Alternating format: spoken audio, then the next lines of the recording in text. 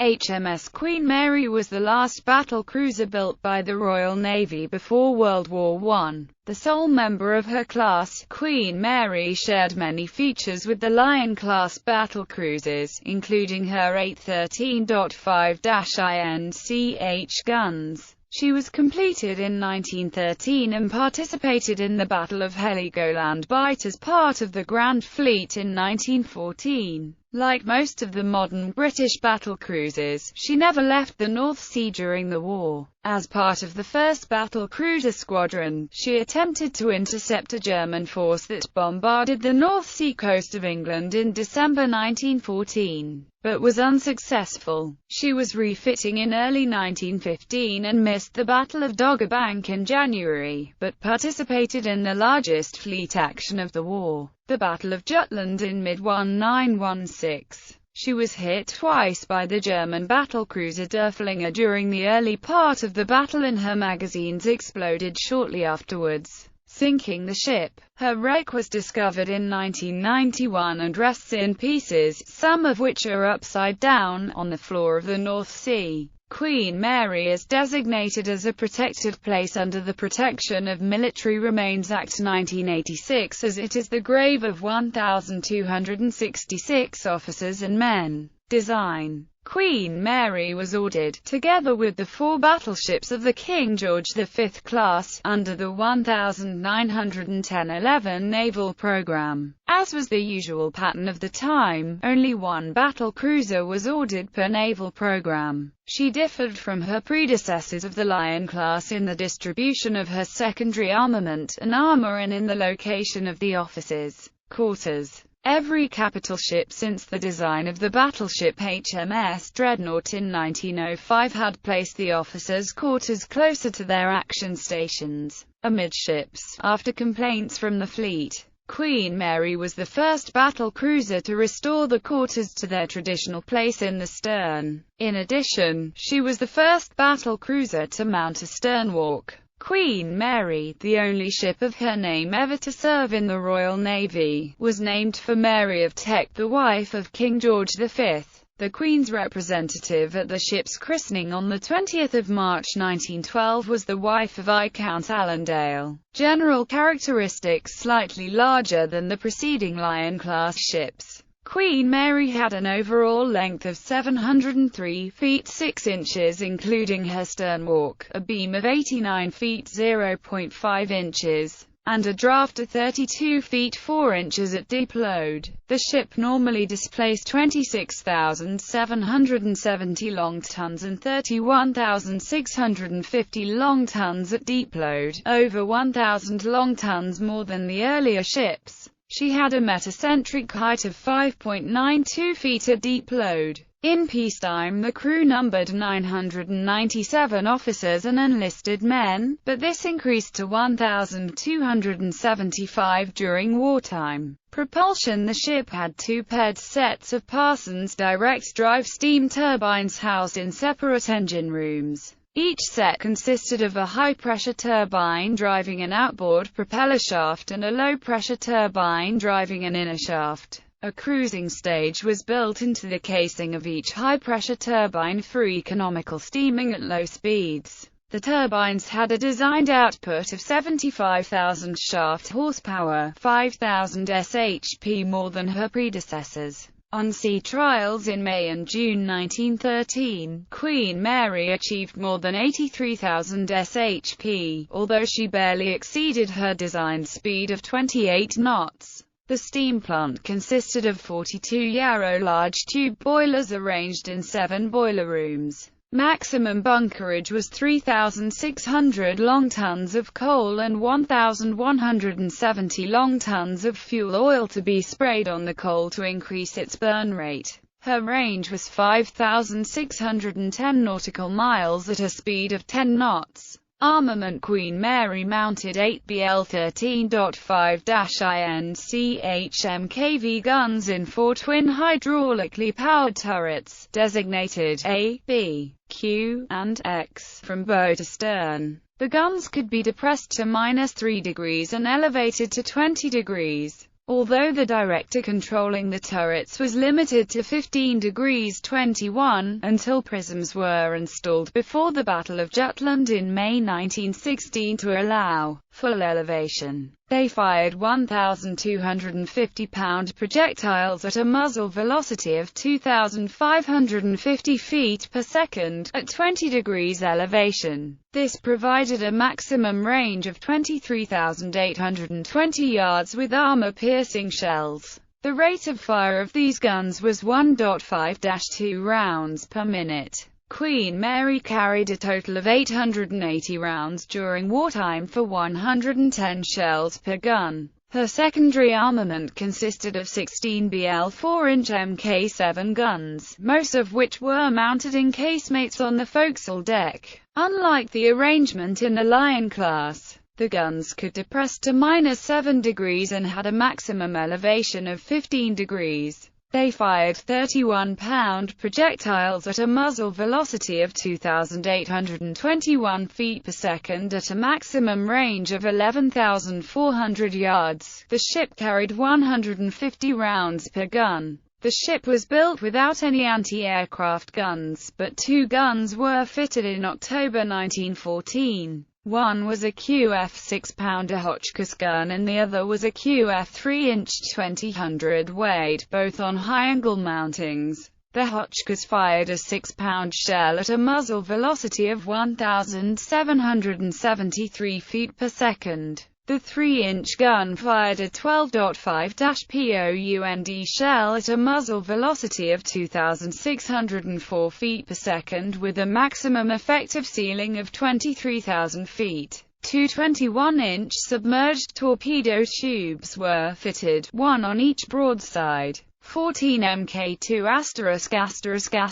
torpedoes were carried, each of which had a warhead of 400 pounds of TNT. Their range was 4,500 yards at 45 knots or 10,000 yards at 29 knots. Fire control. In February 1913, the Admiralty bought 5 sets of fire control equipment from Arthur Pollen for comparative trials with the equipment designed by Commander Frederick Dreyer. One set was mounted in Queen Mary and consisted of a 9-foot Argo rangefinder located on top of the conning tower that fed range data into an Argo clock MKIV located in the transmitting station below the conning tower. The clock converted the information into range and deflection data for use by the guns. The target's data was also graphically recorded on a plotting table to assist the gunnery officer in predicting the movement of the target. The aft torpedo director tower was the backup gunnery control position. All 4 turrets were provided with 9-foot rangefinders and B and X turrets were further outfitted to serve as auxiliary control positions. Fire control technology advanced quickly during the years immediately preceding World War I, and the development of the director-firing system was a major advance.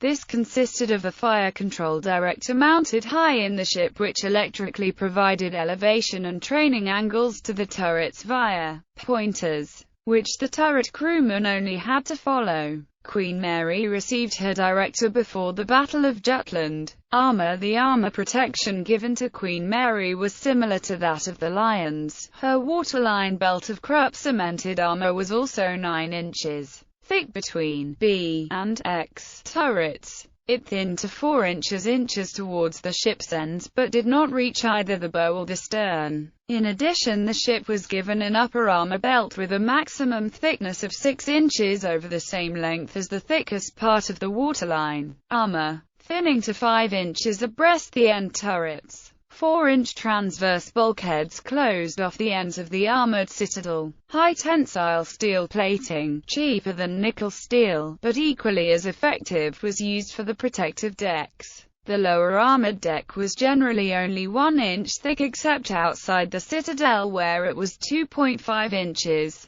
The upper armored deck was situated at the top of the upper armor belt and was also only 1 inch thick. The forecastle deck ranged from 1 to 1.5 inches. The gun turrets had 9-inch fronts and sides, while their roofs were 2.5 to 3.25 inches thick. The forward 4-inch guns were protected by 3-inch sides and a 2-inch high-tensile steel deck overhead. The conning tower sides were 10 inches thick, with 3-inch roofs and communication tubes. Her aft torpedo director tower was protected by 6-inch walls and a 3-inch cast steel roof. High-tensile steel torpedo bulkheads 2.5 inches thick were fitted abreast the magazines and shell rooms. Her funnel uptakes were protected by high-tensile steel splinter armor 1.5 inches thick on the sides and 1 inch thick on the ends between the upper and forecastle decks. Service. Pre-war career Queen Mary was laid down at Palmer's Shipbuilding and Iron Company, Jarrow, on 6 March 1911. She was launched on 20 March 1912 and was completed in August 1913 at a total cost of £2,078,491. The ship came under the command of Captain Reginald Hall on 1 July and was the last battlecruiser commissioned before the start of World War I, being commissioned on 4 September 1913. Assigned to the 1st Battlecruiser Squadron under the command of Rear Admiral David Beatty, Queen Mary and the rest of the 1st BCS made a port visit to Brest in February 1914 and the squadron visited Russia in June. World War I Battle of Heligoland Bight. Queen Mary's first action was as part of the battlecruiser force under the command of Beatty during the Battle of Heligoland Bight on 28 August 1914. Beatty's ships had originally been intended as distant support of the British cruisers and destroyers closer to the German coast in case the large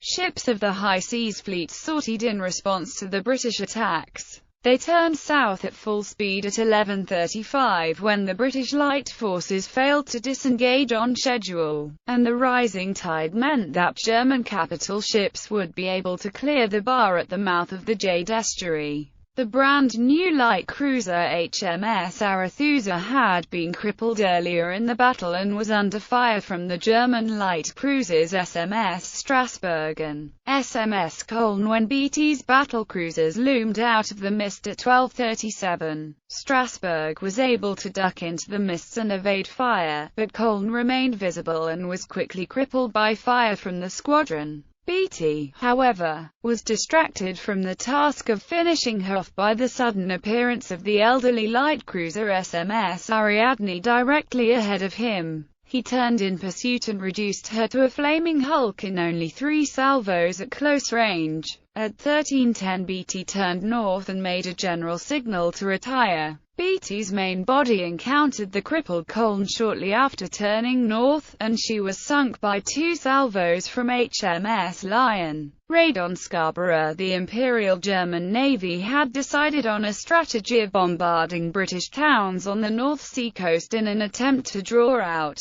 the Royal Navy and destroy elements of it in detail. An earlier raid on Yarmouth on 3 November had been partially successful, but a larger-scale operation was devised by Admiral Franz von Hipper afterwards. The fast battle cruisers were to conduct the bombardment, while the entire High Seas Fleet was to station itself east of Dogger Bank to provide cover for their return and to destroy any elements of the Royal Navy that responded to the raid. But what the Germans did not know was that the British were reading the German naval codes and were planning to catch the raiding force on its return journey, although they were not aware that the High Seas Fleet would be at sea as well. Beatty's 1st BCS, now reduced to 4 ships, including Lion, together with the 2nd Battle Squadron with 6 dreadnoughts, was detached from the Grand Fleet in an attempt to intercept the Germans near Dogger Bank. By this time, Queen Mary was commanded by Captain C.I. Prowse. Hipper set sail on 15 December 1914 for another such raid and successfully bombarded several English towns.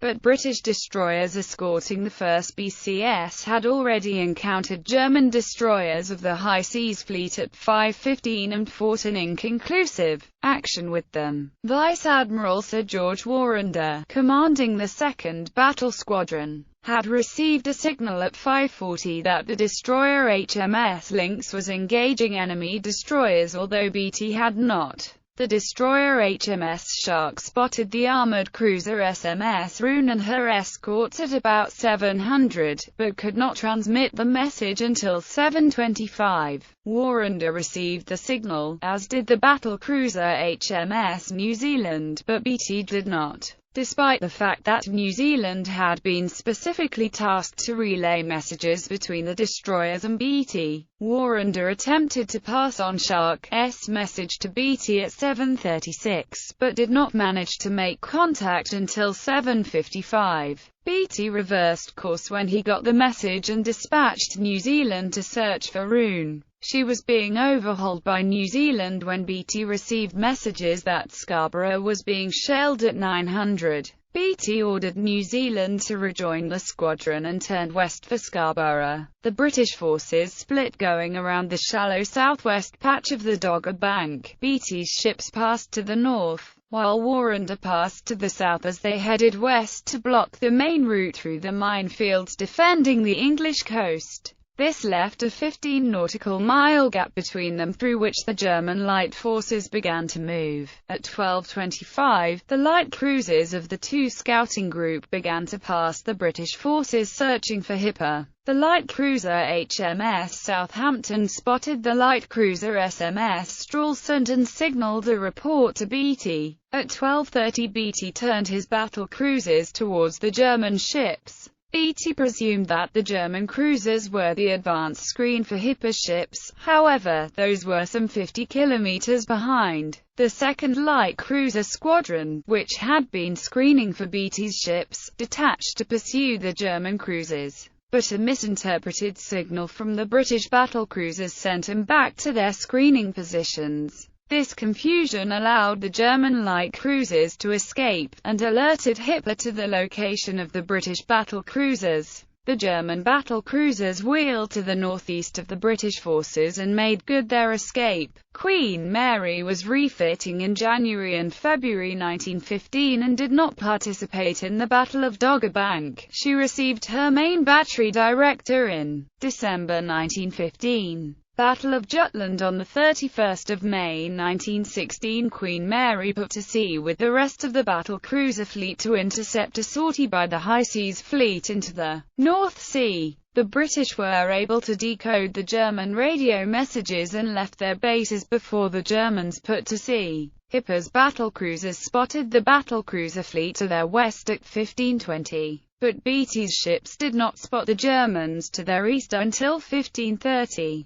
2 minutes later, he ordered a course change to east-southeast to position himself astride the Germans' line of retreat and called his ships' crews to action stations. Hipper ordered his ships to turn to starboard, away from the British, almost 180 degrees, to assume a southeasterly course, and reduce speed to 18 knots to allow 3 light cruisers of the 2nd Scouting Group to catch up. With this turn, Hipper was falling back on the High Seas Fleet, then about 60 miles behind him. Around this time, Beatty altered course to the east, as it was quickly apparent that he was still too far north to cut off Hipper. This began what was to be called the run to the south, as Beatty changed course to steer east-southeast at 15:45, paralleling Hipper's course. Now that the range closed to under 18,000 yards, the Germans opened fire first at 15:48, followed by the British. The British ships were still in the process of making their turn, as only the 2 leading ships, Lion and HMS Princess Royal, had steadied on their course when the Germans opened fire. The German fire was accurate from the beginning, but the British overestimated the range, as the German ships blended into the haze. Queen Mary opened fire about 15:50 on SMS Seydlitz, using only her forward turrets. By 15:54 the range was down to 12,900 yards, and Beatty ordered a course change 2 points to starboard to open up the range at 15:57. During this period, Queen Mary made 2 hits on Seydlitz, at 15:55 and 15:57, one of which caused a propellant fire that burnt out her aft superfiring turret. The range had grown too far for accurate shooting, so Beatty altered course 4 points to port to close the range again between 1612 and 1615. This maneuver exposed Lyon to the fire of the German battlecruisers, and she was hit several times. The smoke and fumes from these hits caused SMS Derfflinger to lose sight of Lyon, which had sheered out of line to starboard, and to switch her fire to Queen Mary, now visible to Derfflinger's gunnery officer as the second ship in the British line and therefore assumed to be Princess Royal. At 1616, Queen Mary hit Seydlitz again at 1617 and knocked out one gun of her secondary armament. In return, Queen Mary had been hit twice by Seydlitz before 1621 with unknown effects, but the German battlecruiser hit the turret face of Q turret at that time and knocked out the right-hand gun in the turret. By 1625 the range was down to 14,400 yards, and Beatty turned 2 points to starboard to open the range again. This move came too late, however, for Queen Mary, as Derfflinger's fire began to take effect, hitting her twice before 1626. One shell hit forward and detonated one or both of the forward magazines, which broke the ship in two near the foremast. Stationed inside Q turret, Midshipman Jocelyn Latham Story survived and reported that there had been a large explosion forward which rocked the turret, breaking the left gun in half, the gun breech falling into the working chamber and the right gun coming off its trunnions. Cordite in the working chamber caught fire and produced poisonous fumes that asphyxiated some of the turret's crew. It is doubtful that an explosion forward could have done this, so Q turret may have been struck by the second shell. A further explosion, possibly from shells breaking loose, shook the aft end of the ship as it began to roll over and sink. The battlecruiser behind her, HMS Tiger, was showered with debris from the explosion and forced to steer to port to avoid her remains. 1,266 crewmen were lost, 18 survivors were picked up by the destroyers HMS Laurel, HMS Petard, and HMS Tipperary, and 2 by the Germans.